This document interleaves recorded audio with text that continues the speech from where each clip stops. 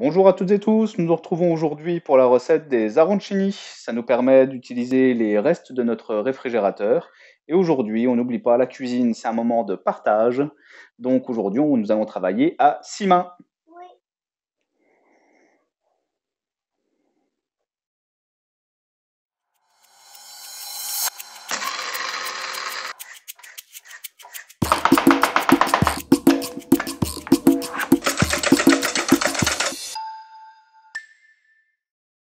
Alors les arancini, à la base, on ne les cuisine pas avec des restes de réfrigérateur, hein, notamment aujourd'hui un reste de risotto. À la base, ce sont des boulettes de riz au safran, farcies de viande cuite à la tomate, avec des petits pois et de la mozzarella.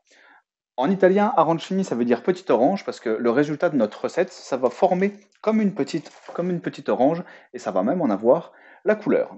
Alors au niveau des produits, on va réaliser une panelure à l'anglaise. Panelure à l'anglaise, farine, œuf, chapelure. J'ai pris un petit peu de sel, un petit peu de poivre pour assaisonner l'œuf, de l'eau froide, un reste de risotto aux asperges dont vous pouvez trouver la recette dans une autre de mes vidéos.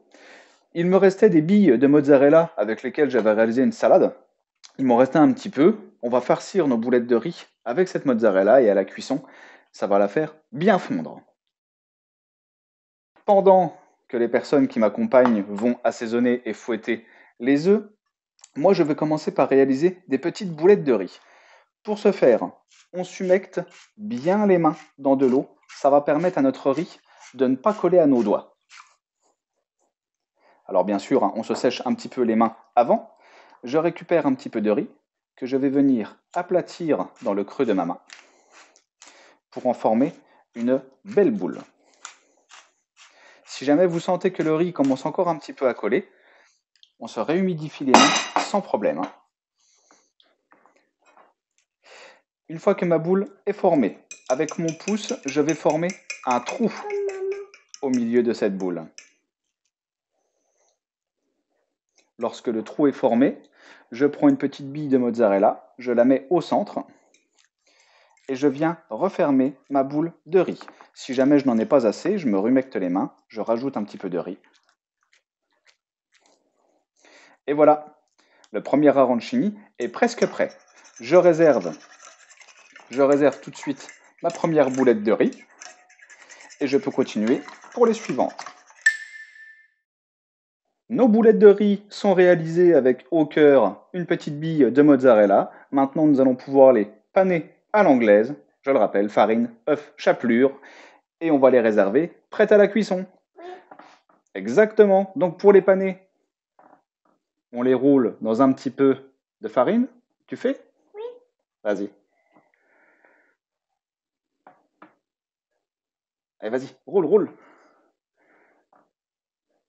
Une fois que votre boule de riz est bien panée de farine, on retire un petit peu l'excédent. Ensuite, qu'est-ce qu'on fait? On le met dans l'œuf. Tu fais rouler?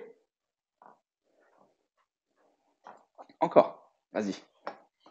Tiens. Ensuite, on le fait rouler dans l'œuf. Attends, mon cœur. Il faut qu'il y ait de la farine partout. On est bien vigilant à ce qu'il y ait de la farine vraiment partout pour que notre œuf accroche. Oui. Ensuite, nous le roulons dans notre œuf battu que nous avons assaisonné. Et tout de suite après, dans notre chapelure. Alors la chapelure, vous embêtez pas forcément à en acheter si jamais vous en trouvez pas. Hein. Vous prenez du pain rassis que vous allez mixer. Attends, regarde mon cœur. Il y a encore plein de farine là. Il faut tout recouvrir d'œuf. Vous prenez du pain rassis hein, et que vous viendrez mixer finement. La chapelure, vous pouvez l'assaisonner également. Si jamais vous avez un petit peu de thym à la maison, du piment, vous pouvez l'assaisonner à ce que vous voulez. Hein.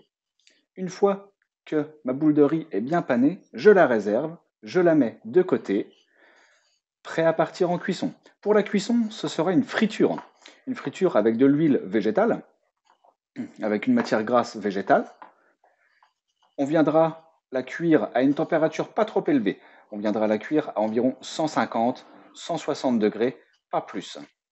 Donc on est vigilant hein, à ne pas casser nos boules, nos arancini, parce que maintenant ça s'appelle un arancini. On va débarrasser notre poste de travail et on va pouvoir passer à l'étape de la cuisson. J'ai préparé mon poste de travail pour réaliser la cuisson des arancini. Donc une huile neutre, je l'ai dit tout à l'heure, environ 140-150 degrés. Euh, Prévoyez une écumoire ou, comme moi ici, une araignée. Ce genre d'araignée, là, vous les trouvez dans le commerce en grande surface pour vraiment pas très cher et c'est vraiment très pratique pour réaliser des fritures. Une petite assiette avec du papier absorbant pour tout de suite absorber l'excédent d'huile. Moi, j'utilise un thermomètre pour contrôler la température de mon huile. Si vous avez une friteuse à la maison, bien sûr, utilisez-la. Là, moi, j'allais pas ramener ma friteuse sur le poste de travail. J'ai préféré une petite casserole d'huile. Je vais vérifier la température à l'aide d'un thermomètre sonde. Alors, c'est des thermomètres, pareil, vous les trouvez pour pas très cher en grande surface. Là, je vais voir, je suis pas loin des 140 degrés. Je vais réduire la puissance de ma plaque de cuisson, tout en sachant, voilà, je vais monter mon huile à 150 degrés, parce que quand je vais plonger mes arancini, la température va tout de suite chuter, et je ne voudrais pas que ma panure boive mon huile. Je veux vraiment réaliser une friture. Alors bien sûr, vous vous doutez, hein, j'ai écarté mon fils de l'huile chaude, travailler toujours en sécurité. Petit point important concernant les fritures. L'eau est l'ennemi de l'huile chaude. Sur Internet, sur YouTube, vous trouverez plein de vidéos où des pompiers jettent un verre d'eau dans une friteuse chaude. C'est l'incendie assuré, hein. En 3 minutes, un appartement est ravagé entièrement. L'huile, étant hydrophobe, va chercher à expulser l'eau et il va donc y avoir de gros jets d'huile chaude qui s'enflamment extrêmement vite. Toujours travailler en sécurité, jamais d'eau. La mesa arancini, il n'y a pas de présence d'eau. Mon araignée est bien sèche. Mon thermomètre sonde également. On fait vraiment attention. Donc là, je suis à 145, entre 145 et 150 degrés. Je vais pouvoir commencer la cuisson. Je fais le choix d'une huile pas trop chaude parce que je ne veux pas que ma panure soit brune, mais reste dorée.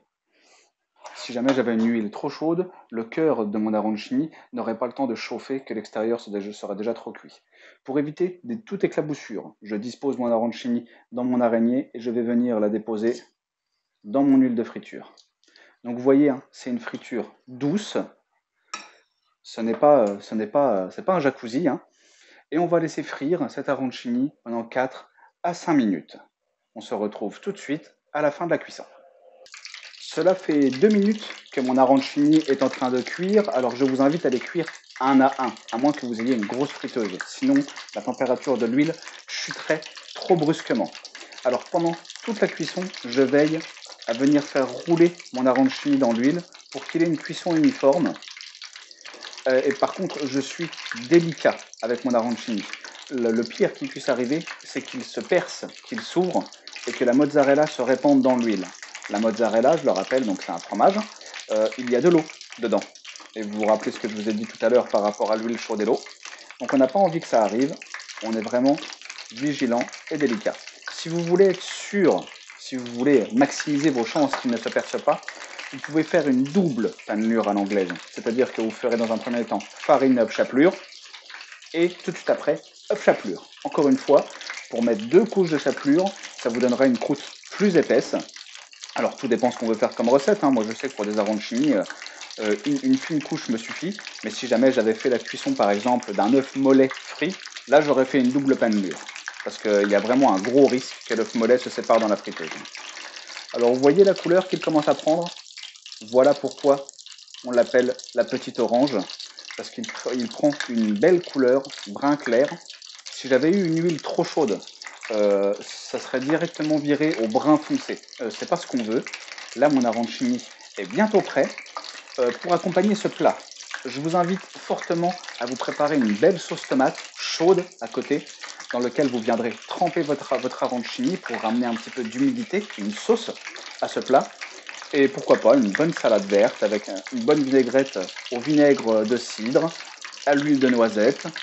Ce sera vraiment parfait. Voilà, je vais arrêter là.